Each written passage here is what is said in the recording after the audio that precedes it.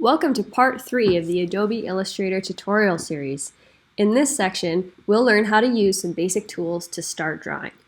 By the end of this video, you will be able to draw simple shapes, resize them, edit them, color them, and create text.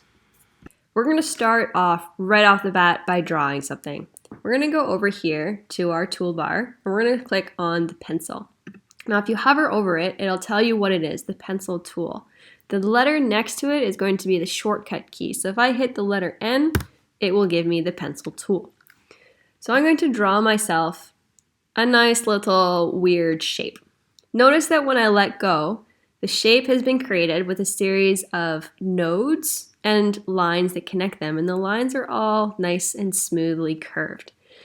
If I accidentally let go and I wasn't finished drawing the shape, that's okay. You can actually take off where you left off, clicking near the end, and continue drawing your shape.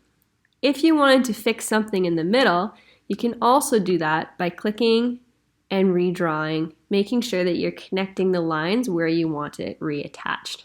Once I've drawn my shape, I might want to change its size or move its position. To do that, I'm going to select the selection tool, which is the top button on this panel here, or the letter V. So now I've got my object outlined in a box, and I can click on it and I can move it somewhere else on the screen. I can click a corner and I can rearrange the size. I can click the sides to squish it in one direction. If I click a side and bring it over to the other side, it will invert the image. If I want to resize the image and keep the aspect ratio the same, instead of just squishing the image accidentally, I can hold the Shift key down while I resize the object. That will keep the aspect ratio the same. One more thing I can do with the selection tool, if I hover just outside one of these nodes of the box, notice that the arrows are curved there. If I click and move, I can twist and rotate my object. So if I go to Properties, I'll notice that you can even type in angles that you want to rotate this object. So if I want to rotate it 90 degrees, there it's been flipped 90 degrees. You can either do it manually by hand or by typing it in. I can also adjust the size of my object by typing in values in width and height. So if I want it 2 inches wide, I can make it 2 inches wide. If I want it 2 inches tall, I can do that. And I can also change its position on the page by typing in the XY coordinates to move it where I want it there. So the pencil tool is used to draw curved lines freehand. If you want to create an object that has more straight lines, you can use the pen tool or the letter P. At this tool, you click nodes, and in between the nodes, it will draw lines. So if you want to create a nice straight-edged object, that would be a good way to do it. Another tool that you can use is the direct selection tool. This tool will allow you to move individual nodes. So if I want to move this node only, I can adjust my object like that. Same with on the freehand, I can choose to move individual nodes. Now if I want to delete a node, I can choose to delete a node on your keyboard, hit the minus key. That'll change your pen into a minus delete node pen.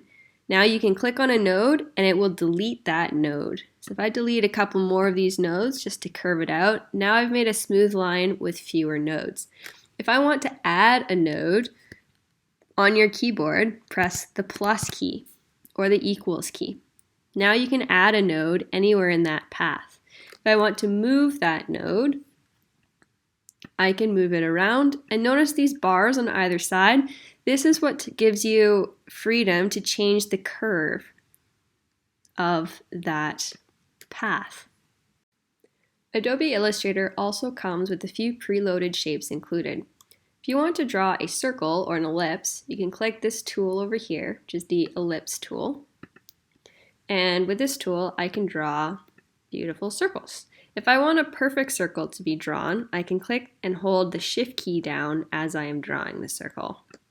It comes with a few other shapes as well. So to access the other shapes, click and hold, and when you release, you should be able to see rectangles, polygons, or stars. So if I want to draw a perfect star, hold the Shift key down, and there is my star.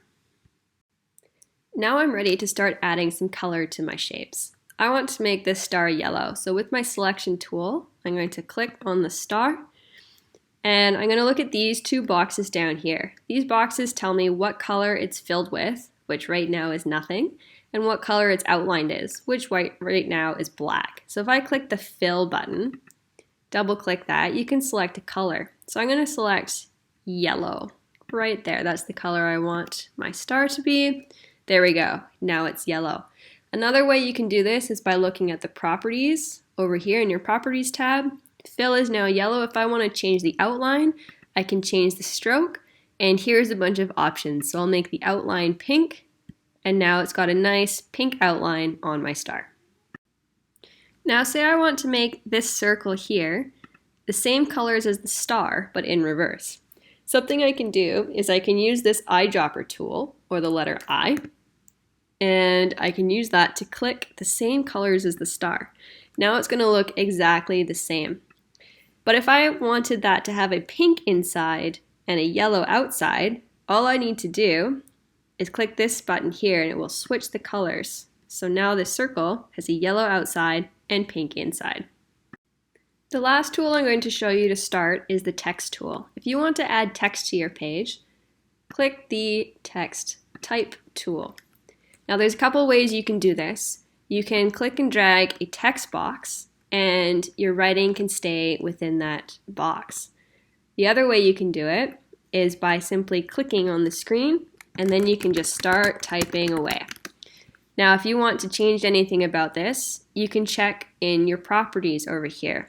You can change the font, you can change the, where'd it go? You can change whether it's regular, italic, bold, or bold italic. You can change the size. You can change the color. It's all over here in your Properties tab. Now, all of these objects, I can select all of them at once. They're all located on the same layer right now. In another video, we'll look at how to use different layers. One useful thing you should know about layers to start, though, if you expand this layer tab, you can see all the objects that are in there. They appear in a certain order.